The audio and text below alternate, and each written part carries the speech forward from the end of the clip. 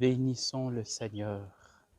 En cette fête de la Pentecôte, l'épisode Acte 2, versets 1 à 11 nous raconte la venue de l'Esprit Saint. Premier acte, un violent coup de vent. Le bruit d'un violent coup de vent se fait entendre venant des cieux. Gloire à Dieu au plus haut des cieux et paix sur la terre aux hommes qu'il aime. Dieu se manifeste d'en haut.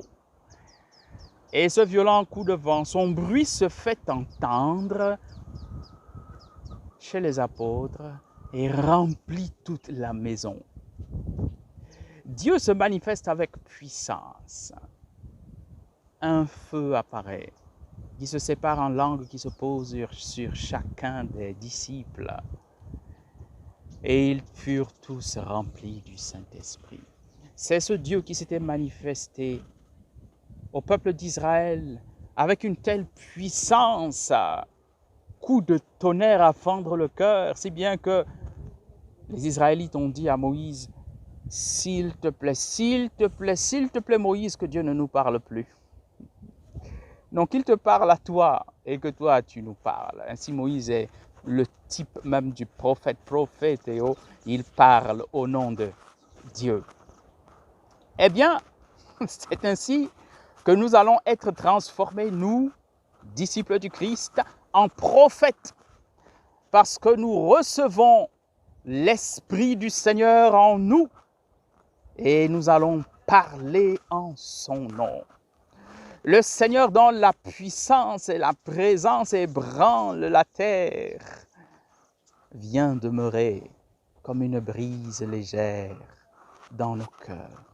Esprit d'amour, esprit de paix, esprit de gloire, esprit de sagesse, esprit d'intelligence, esprit de puissance et de force, esprit de joie, esprit d'allégresse.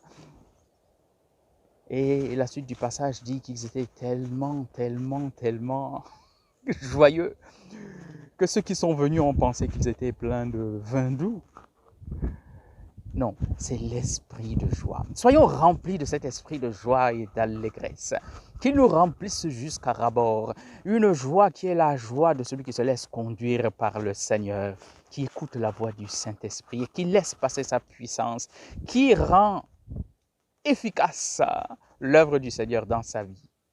À travers lui, le Seigneur manifeste son amour. Demandons cette grâce, Veni Sancte Spiritus.